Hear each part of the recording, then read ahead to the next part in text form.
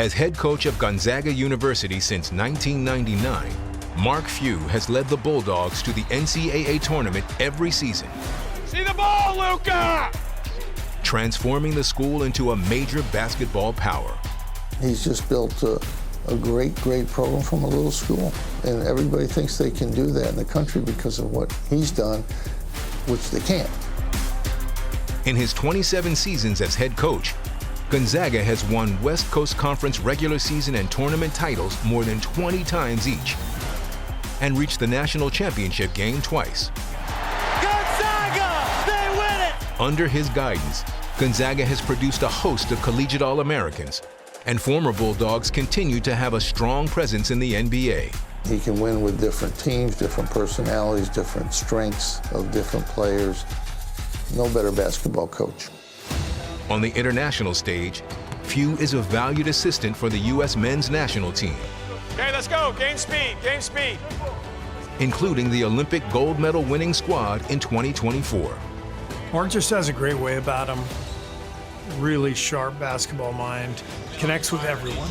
Baskets, the air is good. It's so hard to sustain success in coaching, whether it's with a college program or the NBA, for literally 2 decades plus.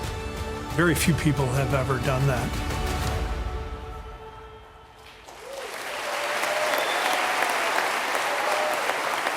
Welcoming Mark to the Hall of Fame is former Gonzaga point guard John Stockton, Grant Hill, and John Calipari. Put your hands together for Mark Few.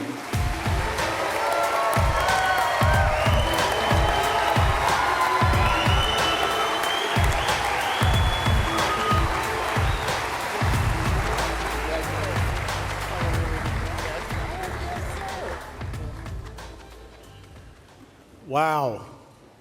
Thank you. Thank you. What a crazy, surreal moment for me. And I absolutely have to start with this. You know, the town I grew up in had a population of around 1,500 people. It had one stoplight. And so to be here standing where I am today is like absolutely mind-boggling. I say that because people have asked me, is this a dream come true? And I'm telling you, I couldn't even think about dreaming such a thing where I came from. And I'll share a really funny story. My first coaching job, I was an assistant coach at Cresswell High School in Oregon, which is where I went to school. And the head coaching position came open, and so I obviously applied as I was the varsity assistant. Felt great about my chances, not only because I was assistant coach, but the local superintendent actually played cards with my dad regularly, the town minister. My mom was the town nurse. Kind of seemed like I was a shoo-in. Well, I got shot down. And here I am. So go figure.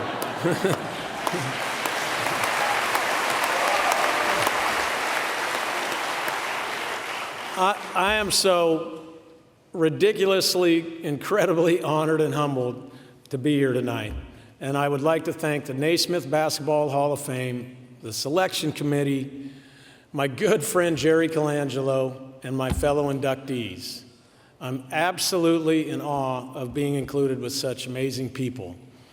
And listen, I've had the opportunity now to be around this group, not only this weekend, but at the Final Four.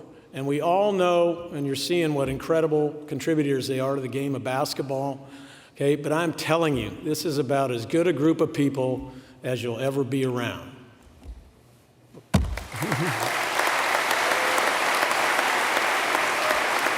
That's true.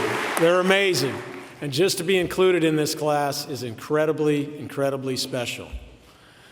Okay, how about this all-star cast right here, man? This is an unbelievable group, and I must thank my presenters. These 3 gentlemen mean absolutely the world to me. And each one of these guys represents a different part of my basketball journey. Stocks represents my Gonzaga time. His loyalty, his hard work, his values, and how he always walks the talk. Thank you.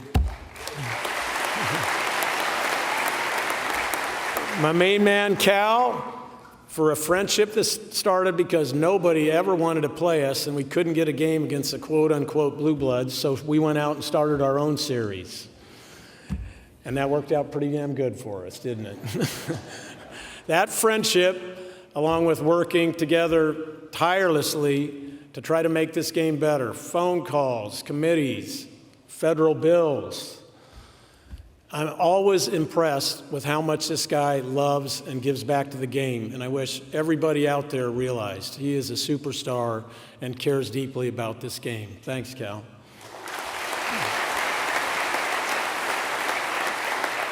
And finally, Grant Hill.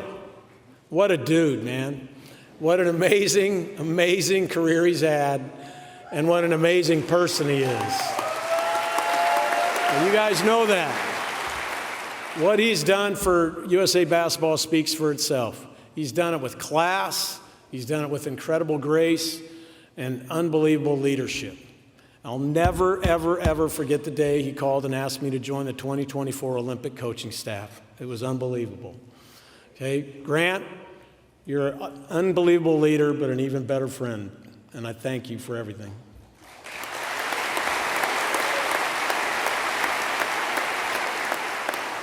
Okay, here we go. This is going to be the tough part now, so hang with me. To my family, this whole run has been an entire few family deal.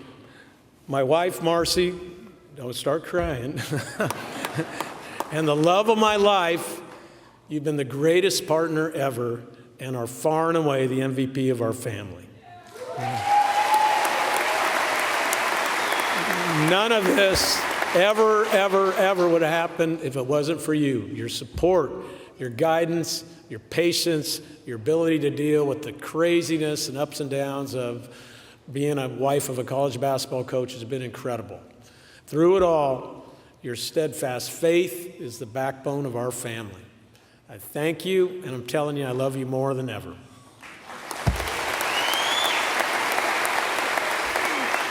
To our children, AJ, Joe, Julian, Colt, thank you. You all are the greatest gift to your mother and me, and we would not be here without your support today. It's been so comforting having you all with me every step of this journey. I know there were many, many big games and huge moments of yours that I missed, and I feel horrible about that. But I'm so happy we got to share some incredible, awesome experiences together that we're going to remember for the rest of our lives. I mean, look at these guys. How good do I have?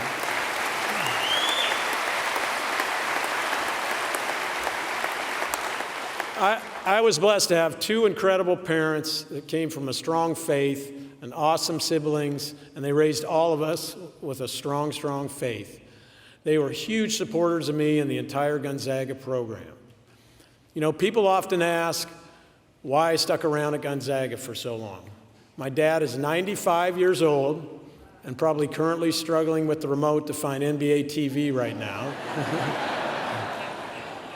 But he was the pastor at the same little church in Crestwell, Oregon for 54 years, which has got to be a record. Yeah. And you know what? He showed me you don't mess with happy. And he taught me that sometimes the greatest calling isn't finding the next thing. Sometimes it's pouring everything you have into where you are. And that's what I learned from him. Hence I stayed.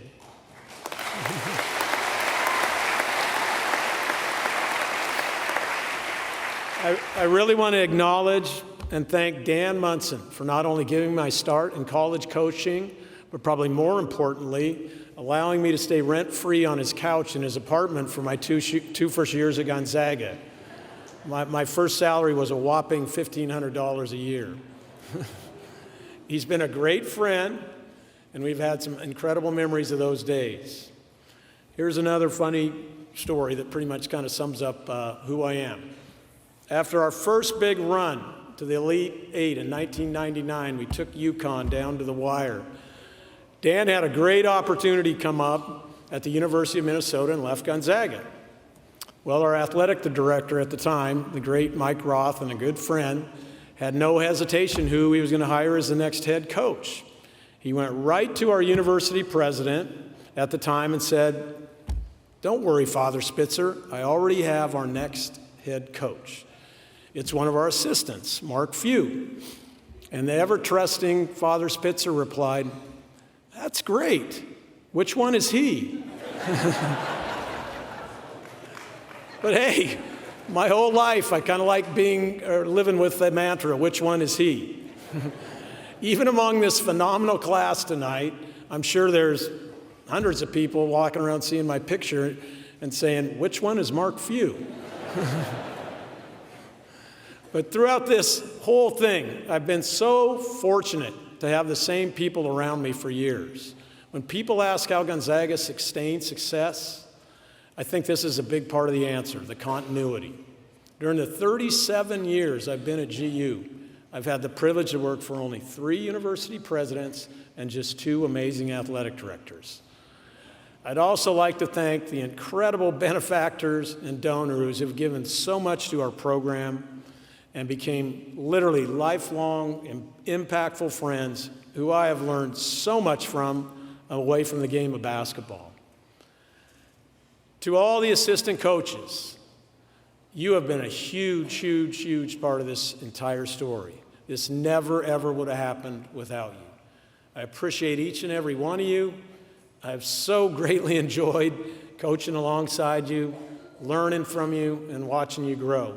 I absolutely could not have been here without you, and I love all of you. And to the players, simply, this never, ever, ever would have happened without you.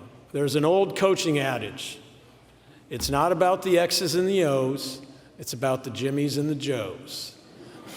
And I'm just here representing the 290 players I've had the unbelievable privilege to coach at Gonzaga.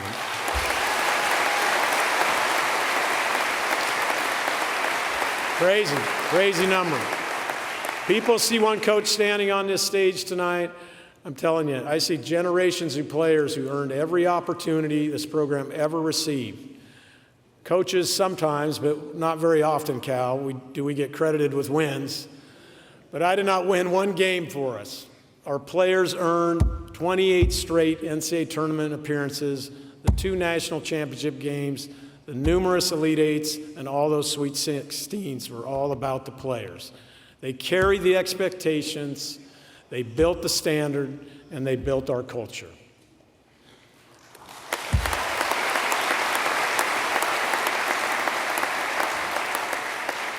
And I can't tell you how heartwarming and special it is to have so many former players here in attendance. All right, I promise I'm going to bring this thing in for a landing now. Okay, this isn't about me tonight. The greatest thing we've built at Gonzaga wasn't a basketball program. It was a family and a culture. It kept people wanting to come back.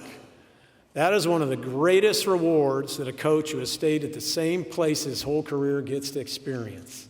Seeing all the former players coming back to live and raise their families, or just to check in once in a while, not as players, but as great friends. I'm telling you, it doesn't get any better as that as a coach. I mentioned being the son of a longtime pastor. Well, I certainly wouldn't be here tonight without faith.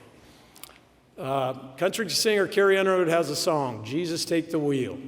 Well, he has not only taken the wheel, but has guided and shepherded me through this entire journey. He's been the greatest navigator in mine and my family's life.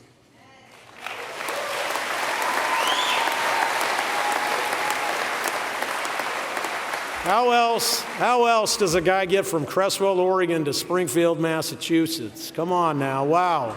The only Springfield I ever thought about, and Ahmad knows this, was Springfield, Oregon, 10 miles north of Cresswell. Looking around this room tonight, it's so humbling to realize how many people helped shape this journey. I may be the one standing here, but this honor belongs to so many others. This weekend has been one of the greatest, unbelievable experiences and honors of my life.